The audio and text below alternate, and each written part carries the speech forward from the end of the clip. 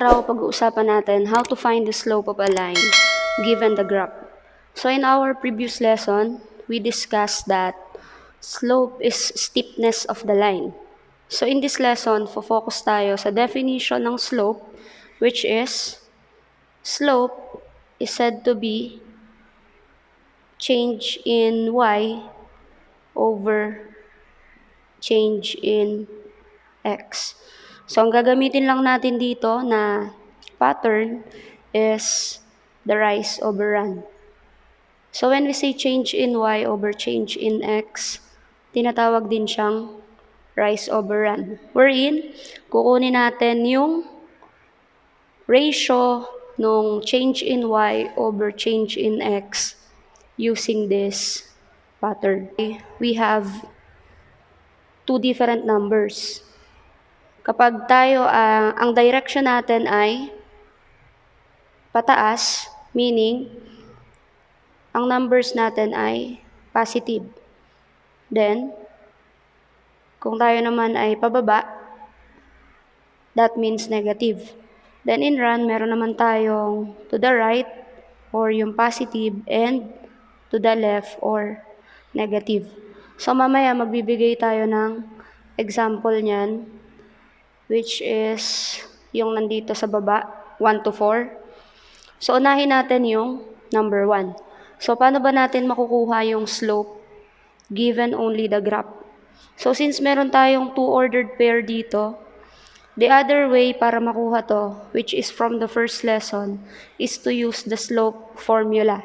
So, kukunin natin yung 2 points dito, yung kanyang coordinates, and then i-apply natin siya sa formula ng slope. So, dito sa lesson na to, hindi na natin kailangan kunin yung 2 points and then i-apply siya sa formula. Makukuha na natin kaagad yung kanyang slope by just performing rise over run. And here are the steps. Okay, so for step 1, in example number 1, ang una natin gagawin is to take note that given the 2 points, lagi tayong mag-i-start from left to right. Ibig sabihin, yung pag-count natin ng rise over run ay mag-start dito sa point na to. Meaning, from this point, bibilangin natin how many points or units siya nag-rise. So, since pataas yung direction natin papunta sa kabilang point, ibig sabihin, we have 1, 2, or positive 2. So, in number 1, our M is 2 units sa ating rise, or positive 2. And then, sa run naman natin, since going to the right, meaning that is positive. So, 1, 2, 3, 4. Sabihin, ang ating M ay 2 over 4. So, pag nakuha natin ay pwede pang isimplify. Isisimplify natin siya into 1/2. So, ibig sabihin, ang M natin ay 1/2. Let us have number 2. So, we have this given graph.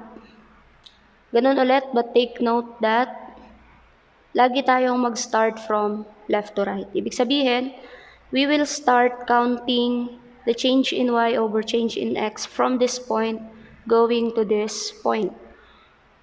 So, take note, kung bibilangin natin yung kanyang rise, we have 1, 2, 3, 4, 5, 6, 7. But, yung direction natin is pababa, papunta dun sa second point. So, meaning, yung 7 units na yon ay negative. Next. Then, yung run naman natin mula dito is 1, 2, 3. So, we have going to the right, meaning that is positive 3. Okay, take note, since this is 7 and 3, wala na tayong lowest term. So, ang ating M ay negative 7 over 3 or negative ang ating slope. Okay, next, for number 3, so we will count from this point going to this point. Kasi left to right.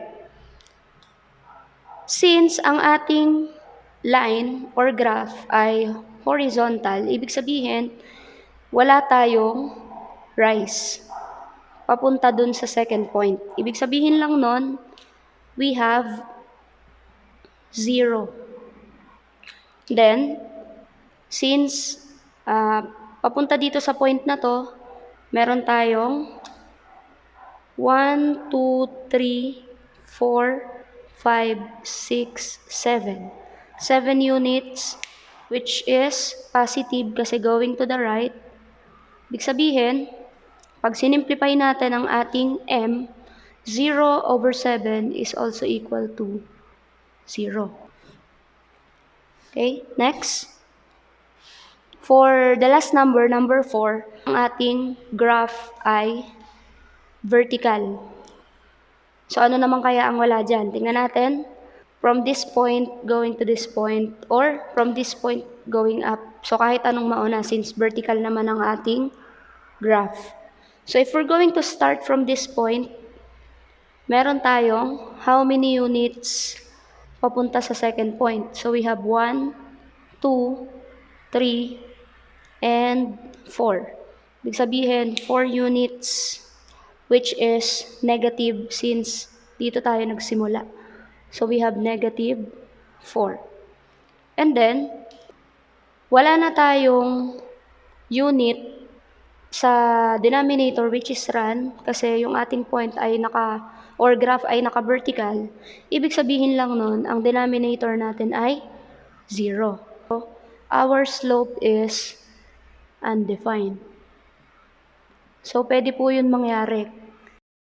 Now, based dun sa ating ginawa kanina, isinulat na natin yung ating pinaka-nakuhang sagot. So, for number 1, recall lang ulit natin that m is 1/2. For number 2, we have m is -7/3.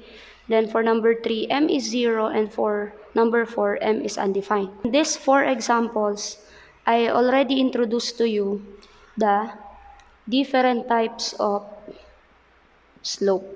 So always remember that if our slope is positive, our line is rising from left to right.